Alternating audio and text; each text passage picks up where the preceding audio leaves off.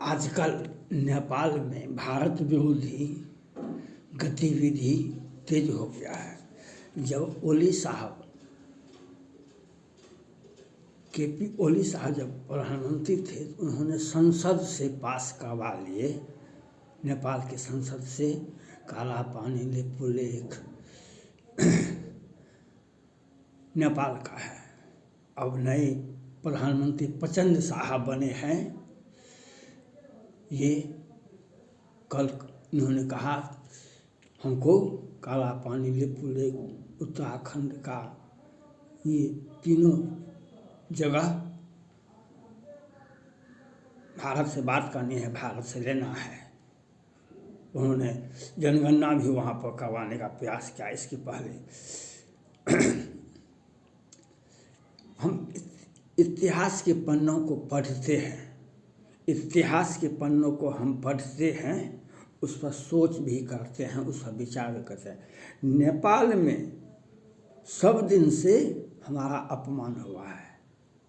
नेपाली नहीं किए हैं, लेकिन नेपाल पर जो दूसरे जगह से आए हुए उन्होंने हमको अपमान करने का प्रयास अवश्य किया। जैसे भगवान राम नेपाल गए, जनक धाम गए, तो वहाँ की महिलाओं ने, वहाँ के लड़कों ने, सबों ने उसे कहा सुंदर वदन देखा है। भगवान राम को उनके गुरुओं ने कहा जाके सुंदर वदन जनकपुर में जाके देखा, तो सबों ने कहा। फिर धनुष यज्ञ हुआ, उसमें बहुत व्यवधान हुआ, तो फिर भगवान राम ने धनुष को तोड़ दिया। फिर परशुराम जी आ गए वहाँ पर, तो वहाँ पर लखनलाल से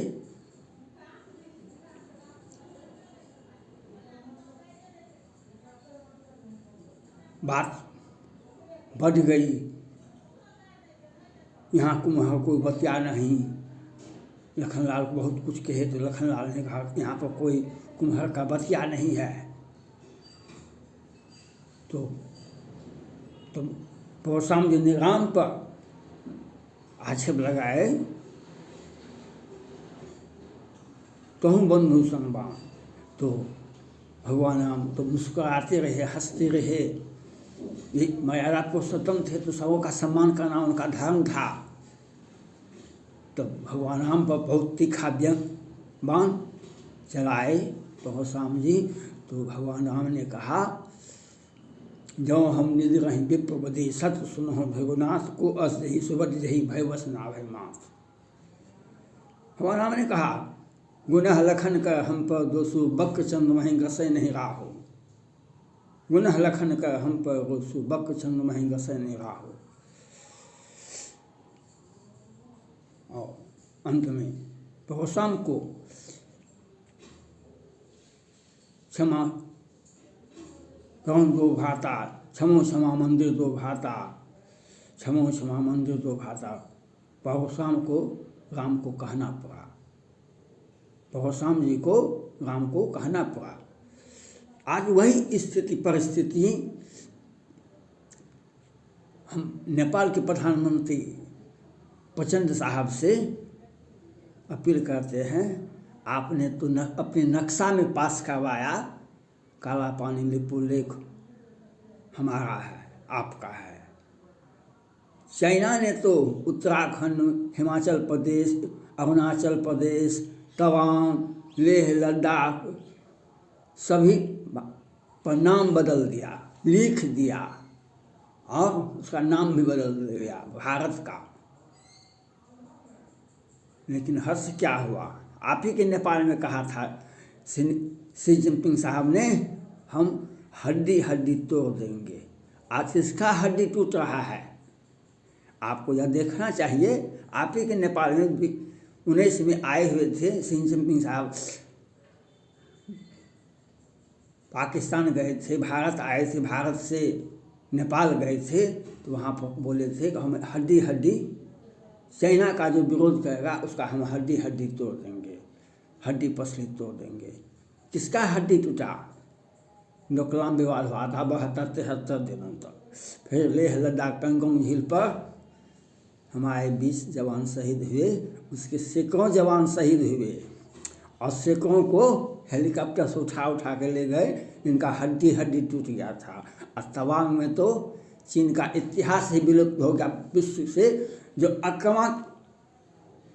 आक्रमणकारी चीन था, जो विस्तारवादी चीन था, उसका तो अहंकार ही अभी तो महीना दिन भी नहीं बीता। तवांग क्षेत्र में तो आपने देखा।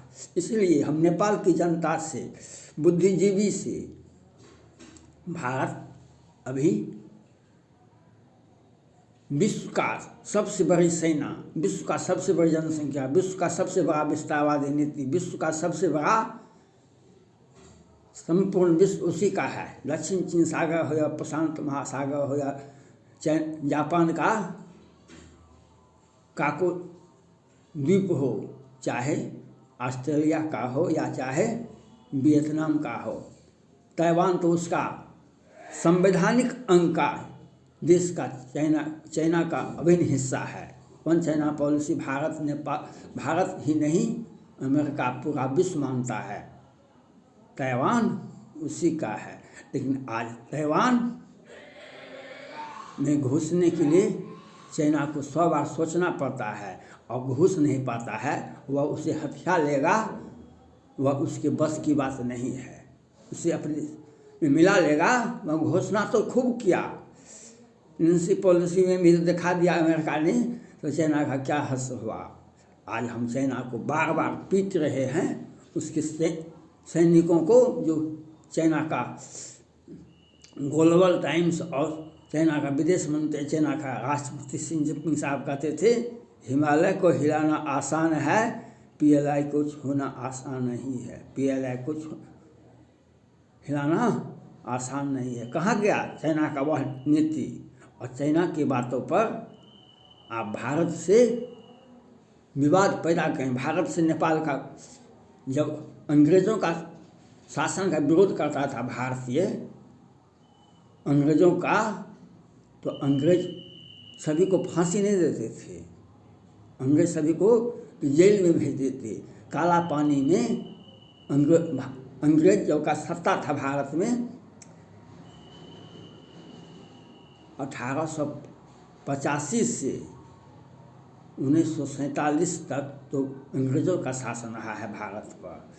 और उसमें जो भारतीय बदमाशी करते थे, अपराध करते थे, अंग्रेज़ों का शासन का विरोध करते थे, उसको काला पानी में भेजे। वह भारत का तो अंग्रेज़ों के समय से, आज से 200 वर्ष पहले से ही भारत का अभिन्न हिस्सा रहा है। आज आप अपने नक्शा में बना करके यह दिखा रहे हैं। यह नक्शा में आप नहीं दिखा रहे हैं। आप चीन से जो पैसा लिए हैं, चीन से जो आप समझौता किए हैं, तो हम भारत का विरोध करेंगे।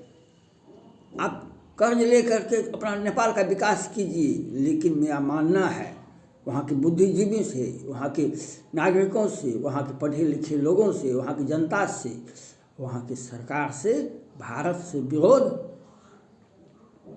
करने से आपको लाभ नहीं होगा। हर्ष क्या होगा? पाकिस्तान वाला होगा हर्ष, श्रीलंका वाला हर्ष होगा, चाइना वाला हर्ष होगा। हर्ष क्या होगा?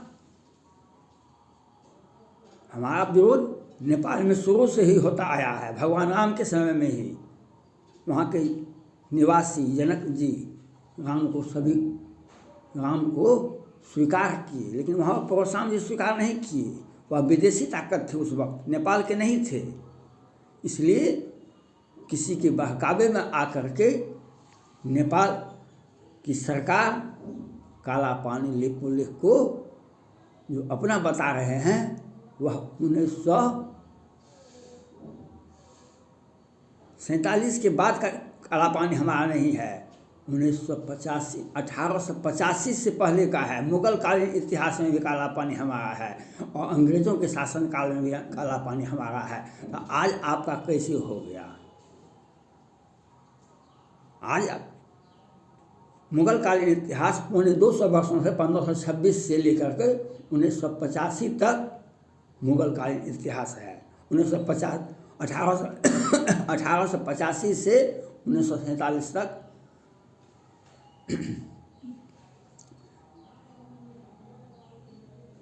अंग्रेजों का शासन भारत पर था, लेकिन 500 वर्षों से अधिक से आदिकाल से काला पानी हमारा है और हमारा ही रहेगा। आप इसको नक्शा में नहीं बनाए हैं। आप ओली साहब के समय में चाइना के दिशा निर्देश पर आपने अपने हमारे से कई क्षेत्रों का नाम बदल दिया गया। हिमाचल प्रदेश, उत्तराखंड और बहुत सारे जगहों का नाम तो चाइना ने बदल दिया। क्या हो गया? नाम बदल देने से, असम नक्शा में काट देने से जमीन नहीं हो जाता है। उस देश का संप्रभुता को आप छीन नहीं सकते हैं, उस देश का। और भारत की संप्रभुता, भारत की अखंडता माननीय प्रधानमंत्री नरेंद्र मोदी जी के नेतृत्व में है, जहाँ पर चाइना को भी पानी घूट घूट के पानी पीना पड़ता है। और वह चाइना का हर्ष क्या हुआ? आज इतिहास, मैंने डोकलाम विवाद के समय में कहा था, वह पीछे हटना चाइना के सेना का डोकलाम में वह इतिहास को प्रभावित करेगा। जो विस्तारवादी नीति था उसको रोकने का प्रयास माननीय प्रधानमंत्री नरेंद्र मोदी जी ने 2020 में ही किए थे। वह दिखा दिया आपको। आज देख लीजिए, आज 23 है, तवांग में किस प्रकार से, इसलिए नेपाली जनता, नेपाली नागरिक, नेपाली के बुद्धिजीवी वर्ग और नेपाल के सभी लोग भारत से, हमारा ननिहाल है, वहाँ के स्टेशन पर लिखा हुआ है, आप ननिहाल में हैं, आप मुस्कुराते रहिए, हमको नेपाल से कभी भय नहीं है। और नेपाली को, नेपाल की जनता को भारत से किसी प्रकार का दिक्कत नहीं है। लेकिन बीच में जो लोग आते हैं, जिनके बहकावे पर आप काला पानी, लिपुलेख और जगह को आप अपने नक्शा में पास करते हैं, वह भारत से विवाद पैदा करने के सिवा और कुछ नहीं है। जहाँ पर भारत की सभ्यता संस्कृति का है, तो हम क्या पाकिस्तान को भी दिखा दिए, श्रीलंका को भी दिखा दिए, बांग्लादेश भी हमारे नज़दीक में सर झुका के बात करता है, चाइना भी हमारे सामने अब टिक नहीं पाता है कहीं से। विश्व की कोई भी ताकत, जितना भी बड़ा ताकत, आज माननीय प्रधानमंत्री नरेंद्र मोदी जी का दोस्ती अमेरिका के राष्ट्रपति ट्रंप साहब से भी ही नहीं होता है, बाइडेन साहब से भी, और क्वाड का भी भारत सबसे बड़ा स्तंभ है। चाइना उससे भी डरता है। आप चाइना के पीछे रह करके भारत से दुश्मनी मोल लेना नेपाल के हित में नहीं है। यही मेरा आपसे आग्रह है। भारत नेपाल का संबंध इतिहास के पन्नों में है। आज से 1.5 लाख वर्ष पहले से संबंध था, संबंध है और संबंध आगे रहेगा। लेकिन सत्ता में बैठे व्यक्ति जब दूसरे देशों के सहयोग से बनते हैं तो भारत का अपमान राम के समय में भी हुआ था और आज भी होगा। लेकिन अंजाम क्या होगा, हम परशुराम को भी आत्मसमर्पण करने के बाद के रावण का भी, जो सीता की, नेपाल की ही बेटी थी सीता जी, उसका जब अपहरण हुआ, रावण का भी हमने सर्वनाश करके दिखा दिया। हम नेपाल की रक्षा करेंगे, हम भारतीयों की रक्षा करने के लिए हम सतत आज से 1.5 लाख वर्ष का पहले का प्रतिज्ञा आज भी आगे भी जारी रहेगा। नेपाल हमारा है, हम नेपाल के हैं। धन्यवाद।